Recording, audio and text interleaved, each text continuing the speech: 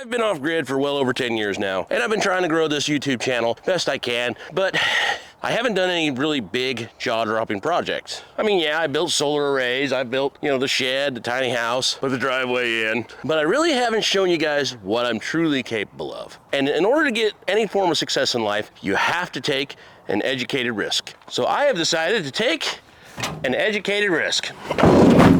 I hope that's good. I actually heard my elbow doing that.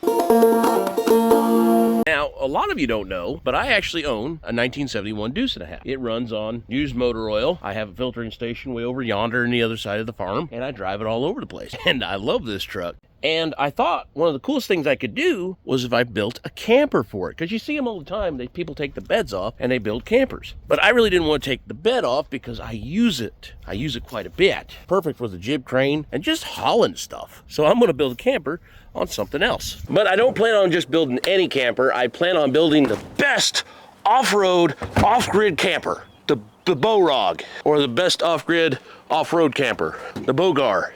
That almost sounds like a racial slur. I don't want to use that. Now, I have an M105A2 trailer. Now, these guys were built in the 60s, the 70s, I think upwards to the 80s. I'm not 100% sure, but they're built solid, 12-gauge steel and 10-gauge steel on some areas. Now, yeah, I hear what you're saying. I could have just bought a regular camper and pulled it behind the Deuce, but I'm not a big fan of regular campers. They're built to be pulled behind on highways at 70 miles an hour. They're meant to be lightweight. They're flimsy. Can't really just pull them through the woods. They like to leak. They break down easy. And also, since it's going to be an off-grid camper, I want it to be easy to cool and easy to heat. Because if you ever stayed in a typical camper, you know that they're hard to heat in the summer and hard to cool in the winter.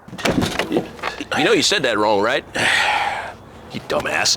And plus, with a normal camper, you have to worry about how many miles per gallon you're going to affect the vehicle towing capacity. I laugh at towing capacity.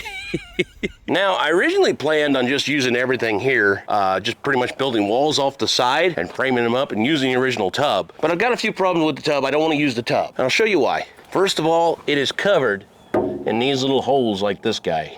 Yeah, they're on the front, they're on the sides, they're over here in the corners. I don't know about you, but I don't like the idea of going down the highway and having road spray right up into my cabin. So I've decided I'm gonna pull the tub off and I'm gonna fabricate a new tub. That way, I can keep the tub in great shape and use it for other projects or turn it back into a trailer. That way I don't have to make it a permanent camper. That way I kind of respect the piece, you know? But the first thing we gotta do is I gotta pull the tub off, and I gotta do so gingerly.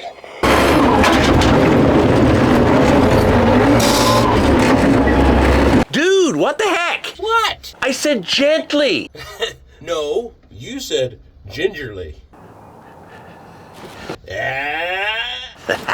Okay, now that we got the tub off, let's go over the plan. I'm going to use the existing frame rails, and I'm going to fabricate a new tub out of 10-gauge steel. Now, the reason I'm using 10-gauge steel is simple because I don't want any stumps or branches coming up through my floor. Also, it'll help keep the center of gravity low on the trailer, because this is going to be kind of a tall trailer. Ah, there we go. One stripped bare M105A2 trailer. But now that it's off, it's apart, we can look at it, we can go over it, we can see what it needs, and we can go from there. For the next video, I'm going to start the actual fabrication of the bottom tub, because like I said, I'm going to fabricate a whole brand new tub for it. Something that's a little wider, something a little about 7.5 feet wide. That way I can stay on the highway. But I can get insulation, I can get the walls, I can get a bed, I can get everything in there that I want to actually put in there, because this guy is overkill for a camper, so I might as well build an overkilled camper. Oh yeah, it's also got this little peg leg here. You can just pull this lever and, oh! So if you guys would like to help, feel free to follow, share, like, all that jazz. That'll help me recoup some money I've spent.